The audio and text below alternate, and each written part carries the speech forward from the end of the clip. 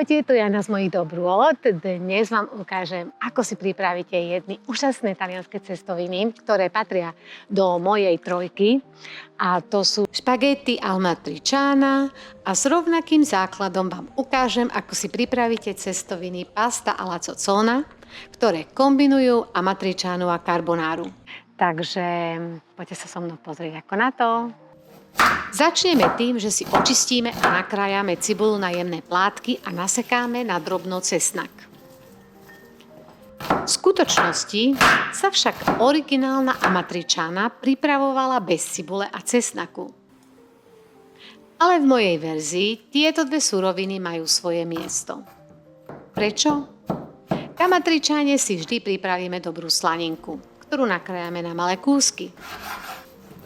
A práve k slanine sa taká cibula úžasne hodí. Najradšej používam slaninu v celku, ktorú nakrájam na malé hranolčeky. A to sa už presunieme k sporáku.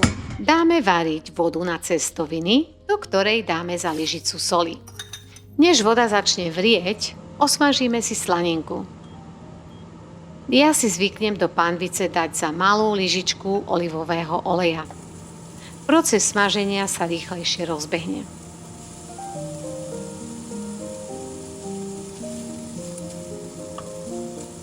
Okoreníme štipkou oregána a čili papričkou.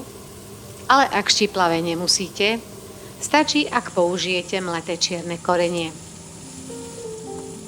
Keď je slaninka na poli osmažená, pridáme plátky cibule.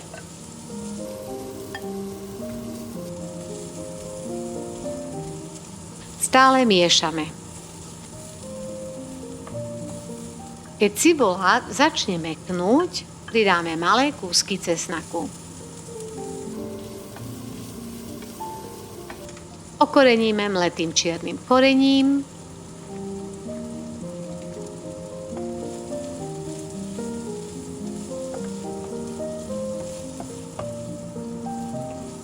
A keď je cibula aj cesnak zmäknutý, pridáme lúpané paradajky v paradajkovej šťave alebo paradajkovú dužinu.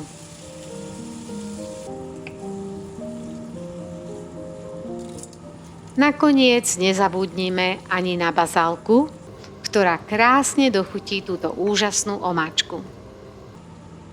Na talianske cestoviny s paradajkovým základom výhradne používam talianske paradajkové šťavy. Sú prirodzene sladké a menej kyslé. Zmiernime teplotu a za občasného miešania varíme 10 až 15 minút. Medzi tým nám už voda na cestoviny začala vrieť. Originálne Taliani varia amatricianu s bucatínmi. Bucatini sú veľmi podobné špagetám, ale sú hrubšie a v strede majú buco, teda dierku. U nás bucatini len ťažko kúpite v bežnom obchode. Bežne, ale aj samotní Taliani na amatricianu používajú špagety. Takže aj moju amatricianu bežne pripravujem so špagetami.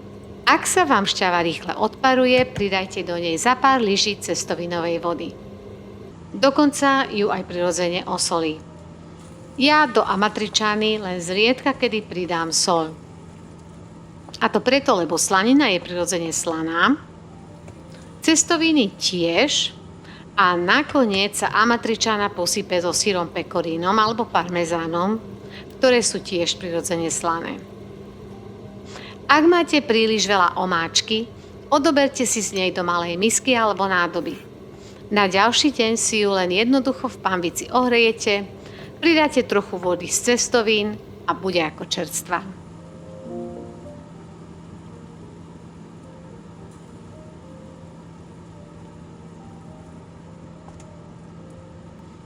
Špagety úplne nedovaríme. Vlastne varíme ich len o niečo menej, ako sú al dente. To znamená, že vo vnútri sú ešte jemne tvrdé. Špagety premiestneme rovno z hrnca do panvice so šťavou. Ak je šťava príliš hustá, opäť pridajme 1 až 2 lyžice cestovinovej vody. Špagety s omáčkou poriadne premiešame a varíme, až pokiaľ nie sú al dente.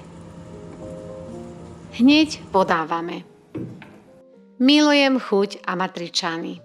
Šťavnatá, jemne kyslá paradajková omáčka, ochutená so sladkou príchuťou cibule, vôňou údenej slaniny a pikantným nádychom je presne to, čo si ma vždy podmaní.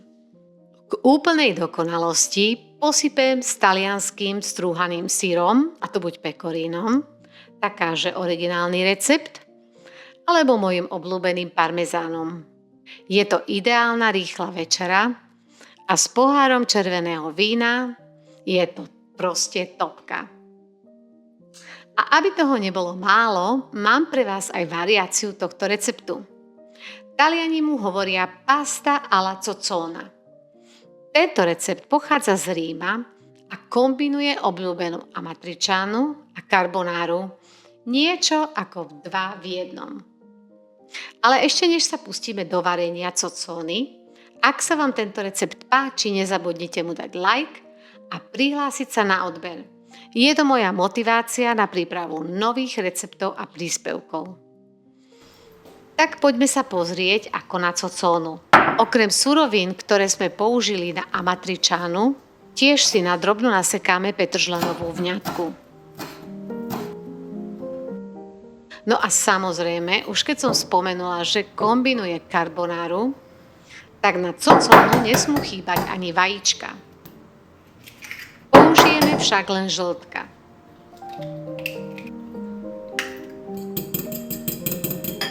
Žltka rozmiešame so strúhaným tvrdým syrom, ideálne pekorínom.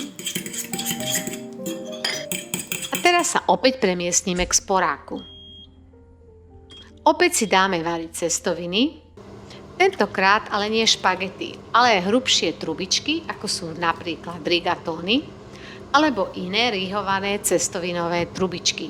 Okrem slaniny do zozzony Taliani pridávajú aj klobásu. Nie je to však typická slovenská klobása a tá je zvyčajne tvrdšia alebo pikantnejšia. Ale kľudne môžete zostať len pri slanine, tak ako som to urobila ja. Pokračujeme veľmi podobne ako pri amatriciane. Ak sledujete moje recepty, tak možno aj vy máte pripravenú upečenú paradajkovú šťavu s cibulou, cesnakou a bylinkami. Odkaz na recept mimochodom nájdete pod týmto videom. Takže ja som použila túto šťavu. Inak, ak nemáte, postupujeme celkom rovnako ako pri amatriciane. Slanina, cibula, cesnak, paradajková šťava. Ak treba, podlievame vodou z cestovín. Keď už je šťava uvarená a cestoviny dovarené, skoro al dente, cestoviny premiestníme do panvice so šťavou a premiešame. Nakoniec zalejeme rozmixovaným vajíčkom s pekorínom.